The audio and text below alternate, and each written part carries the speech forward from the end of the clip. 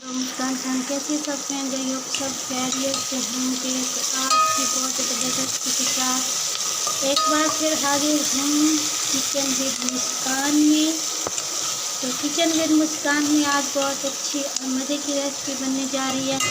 अच्छा, मामा ने मुझसे पूछा कमेंट में कि रोज़ चिकन। तो जी हाँ, रोज़ चिकन, क्योंकि रोज़ाना गेस्ट आते हैं तो चिकन बनाना पड़ता है। फिर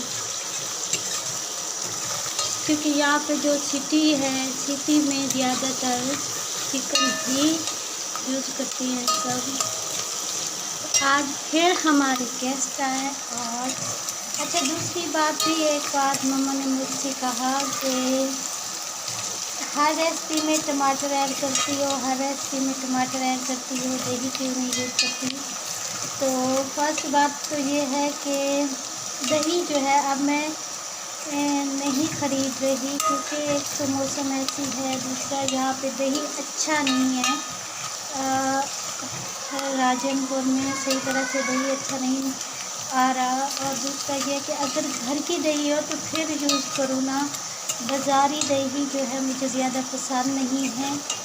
अब तो वैसे ही अगर राइस वगैरह बनाती हूँ तो रायता बनाती हूँ। अब तो काफ़ी टाइम से वो भी छोड़ दिया रायता बनाने, क्योंकि 2 बार मैंने दही खरीदी और उसमें से मक्खियाँ सॉरी, तो मैंने छोड़ दिया। अभी कुछ मौसम सेट हो तो खुद ही बनाऊंगी। डिफरेंट है, वैसे मेरी सारी रेसिपी ही डिफरेंट होती हैं। आज की रेसिपी भी कुछ ऐसी है। यहाँ पे मैंने जस्ट नमक ऐड करा है और घी और प्याज, थूम और थोड़ा सा मैंने जीरा वगैरह और बाकी चीज़ें ऐड करके इसकी भुनाई कर रही हूँ। बहुत अच्छी तरह से भुनाई हो चुकी है। अब मैं इसमें ऐड करूँगी चिकन ऐड करूँगी,